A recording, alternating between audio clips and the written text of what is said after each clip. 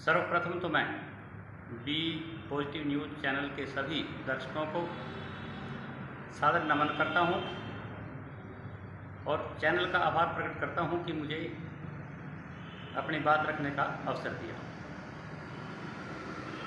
गुजरात में 182 में से 156 सीटें जीत करके भारतीय जनता पार्टी ने इतिहास रचा है और पुराने सभी रिकॉर्ड को ध्वस्त किया है। देखिए कि यह जीत माननीय प्रधानमंत्री नरेंद्र मोदी की, भारतीय जनता पार्टी संगठन की, गुजरात की हमारी सरकार की जो उपलब्धियां रही, जिसमें प्रधानमंत्री जी का जो लक्ष्य है हमेशा ही शुरू से ही भारत माता के वर्चस्व को विश्व में स्थापित करना और सबका साथ, सबका विकास, सबका प्रयास और सबका विश्वास, जो ये लक्ष्य रहा, इस पर लेकर के ही वो अपना कार्य कर रहे हैं। किसी भी प्रकार का भी धर्म जाति का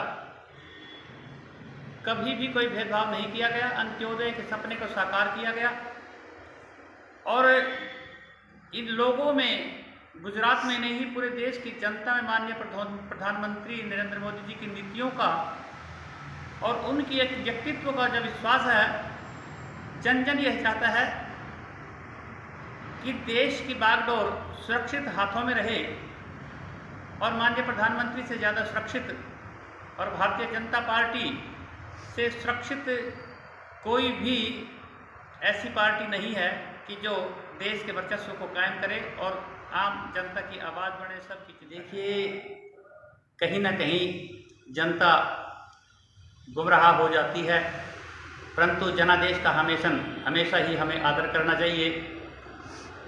15 साल से जो कार्य कर रहे थे, परंतु करोड़ों, हजार करोड़ों रुपए जो केजरीवाल जी, जो वहाँ के मुख्यमंत्री हैं, जो लोगों को सबक बाग दिखाते हैं, जो वो अपना दिखा रहे थे, उसमें कुछ हमारे साथी, कुछ हमारी जनता जो है वो थोड़ी गुमराह हो जाती है। बाकी ऐसा नहीं है। आने वाले चुनाव में आप अगर देखो, दिल्ली में जब भी विधानसभा के चुनाव होंगे तो भारतीय जनता पार्टी की सरकार बनेगी।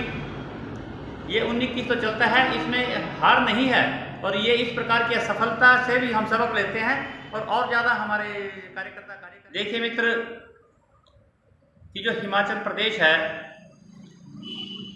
वहाँ से भारतीय जनता पार्टी मात्र 1% से भी कम, यानी 0.9% जो है ना, वोट से पीछे रही।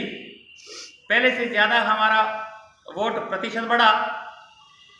यह बात सत्य है कि वहाँ हमारी सरकार नहीं आई, परंतु जिस तरह से सभी हमारे भारतीय जनता पार्टी के कार्यकर्ताओं ने, हमारे जो नेतृत्व ने और हिमाचल की जो जनता ने जो विश्वास जताया, वही हम उसका आदर करते हैं। जो उन्होंने जन समर्थन दिया, जो अपना निर्देश दिया, या सरकार हिमाचल में कांग्रेस की बनाई, तो मैं उसका भी अभिनंदन करता हूं। परंतु मैं इस बात से विश्वस्त हूं कि जो वहाँ की जनता थी, उन्होंने भारतीय जनता पार्टी की नीतियों को सराहा है। हमारी जो कार्यशैली को, सरकार के नेतृत्व को जो है ना, ये किया है जो कार्य, उसको सराहा है और इतना बड़ा जन समर्थन दिया। तो अब जो हरियाणा में 2024 में विधानसभा चुनाव होने जा रहे हैं, क्या आपको लगता है कि आम आदमी पार्टी उस चुनाव में अपने पैर पसार पाएगी या सरकार बना पाएगी? हरियाणा में तो हिमाचल से भी ज़्यादा बुरा हाल होने वाला है। यहाँ बड़ी प्रदेश की जनता जो है जागरूक है और वो जानती है कि सत्य क्या है, सच्चाई क्या है, क्योंकि भारतीय जनता पार्टी का हरियाणा में भी अंत्योदय का जो लक्ष्य है, अंत्योदय का जो सपना है, वो साकार हो रहा है। सरकार की नीतियों का, माननीय प्रधानमंत्री, चाहे किसान की बात हो, उनकी जो योजना है किसान की, वो हो, मजदूर की बात हो, चाहे उद्योगों की बात हो, चाहे डिजिटल इंडिया की बात हो, आयुष्मान भारत योजना जो करोड़ों जनता का, हमारे 10 करोड़ परिवारों के लिए जो लाभदायी सिद्ध हो रही है, चाहे उसकी बात हो, तो चाहे जम्मू कश्मीर के 370 धारा रखने की बात हो, और चाहे इस देश में सुशासन देने की बात हो, भ्रष्टाचार मुक्त शासन जो हमारे मुख्यमंत्री माननीय मनोहर लाल दे रहे हैं प्रदेश में, तो जनता का विश्वास उन पर पूरा है और आने वाले समय में भी हरियाणा में भारतीय जनता पार्टी की सरकार बनेगी। और चाहे कांग्रेस हो चाहे आम आदमी पार्टी, तो किसी उसमें ही नहीं है। यहाँ तो सुपड़ा उनका हिमाचल से भी ज़्यादा सफाई होने वाला है। यहाँ तो खाता ही नहीं खुलेगा जमानतें जब्त हों। अभी सोशल मीडिया पर कुछ ऐसी खबरें भी चल रही थी कि भारतीय जनता पार्टी अपना हरियाणा में मुख्यमंत्री का चेहरा बदल सकती है, उसकी क्या स्पष्टीकरण आप देंगे?